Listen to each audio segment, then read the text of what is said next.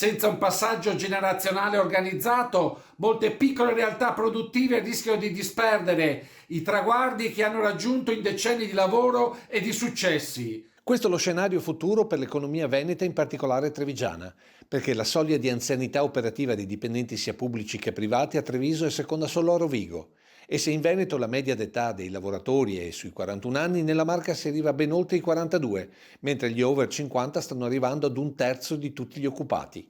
Questo perché, secondo i dati degli artigiani di Mestre, i giovani cercano un lavoro all'estero o in aziende di grandi dimensioni, più flessibile e soprattutto meno usurante e ad alta tecnologia. Segnali di un mancato ricambio generazionale che si accentuerà nel tempo, con inevitabili effetti sia sulla produzione, con sempre meno personale attivo sul fronte di lavori pesanti e usuranti come nei cantieri edili, e sulla sicurezza, con più propensione alle malattie o agli incidenti sul lavoro, ma anche sull'innovazione, perché personale più anziano è meno elastico sui continui cambiamenti determinati dal progresso tecnologico.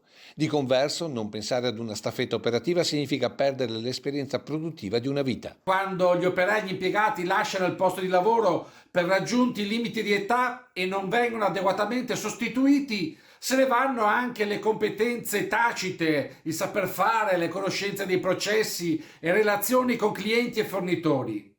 È un patrimonio che non appare nei bilanci aziendali, ma incide direttamente sulla competitività dell'impresa. Per il sindacato va cambiato il punto di vista anche sui bilanci delle imprese, da costo economico per forza lavoro a patrimonio aziendale. Cambiare un sistema che oggi prevede che il costo del personale è un costo e invece farlo diventare un patrimonio dell'azienda. Un po' quello che succede nel calcio. Se uno prende Ronaldo in una squadra di calcio e lo mette a bilancio, quello vale molto. Così se prende un bravo ingegnere, se prende un bravo operaio, se prende un bravo manutentore, ecco, passare dal costo alla ricchezza.